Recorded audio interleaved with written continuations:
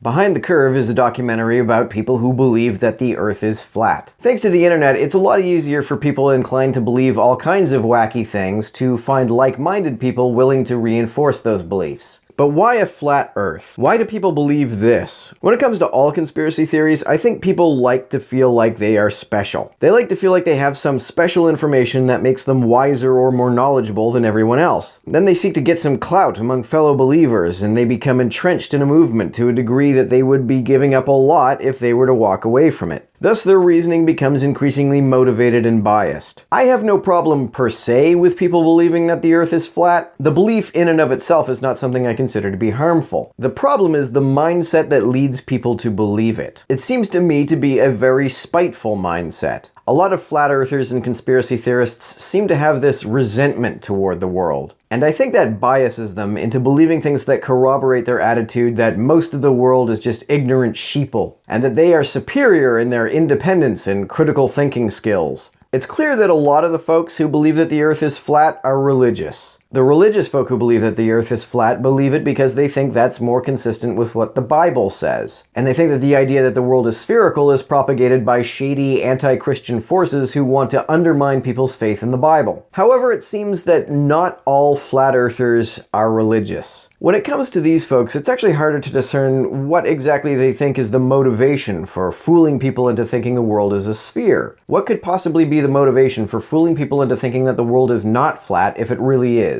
There was this one dude in the movie, Nathan Thompson, who was doing these brain exercises, reciting states and elements while bouncing a golf ball off the end of a sledgehammer. He said that these exercises were part of a brain power program and that he had a brain coach. So presumably he was trying to increase his cognitive skills with these exercises. And it was his brain coach who told him to look into this flat earth stuff. He said that he thinks that the truth about the flat earth is being hidden by people who don't want people to know anything. They want people dumb, blind, deaf to the truth so they can inject you with their vaccines and their public schooling and their heliocentric model, which is basically forced sun worship. So this dude thinks that by hiding the fact that the Earth is flat, it somehow makes it easier to convince people to take vaccines. Also, they want to force us to worship the sun for some reason. And also, he thinks dinosaurs are fake. Mark Sargent, the focus of the movie, says, if you have 450 years of them showing you it's a globe, how much is it worth to them to keep it? It's worth everything. That, of course, is not how science works. Revolutionary discoveries are worth far more. If you want to make a big name for yourself in science, the most effective way to do that is to overturn a long-held belief. And they all see this as somehow facilitating vaccines and GMOs and trans rights. They all take this leap of moon logic that making people believe that the Earth is a sphere somehow makes it easier to get people to take vaccines, eat GMOs, and treat trans people with respect. And also the powers that be are doing human sacrifice and blood rituals, which has something to do with telling people that the Earth is round, somehow.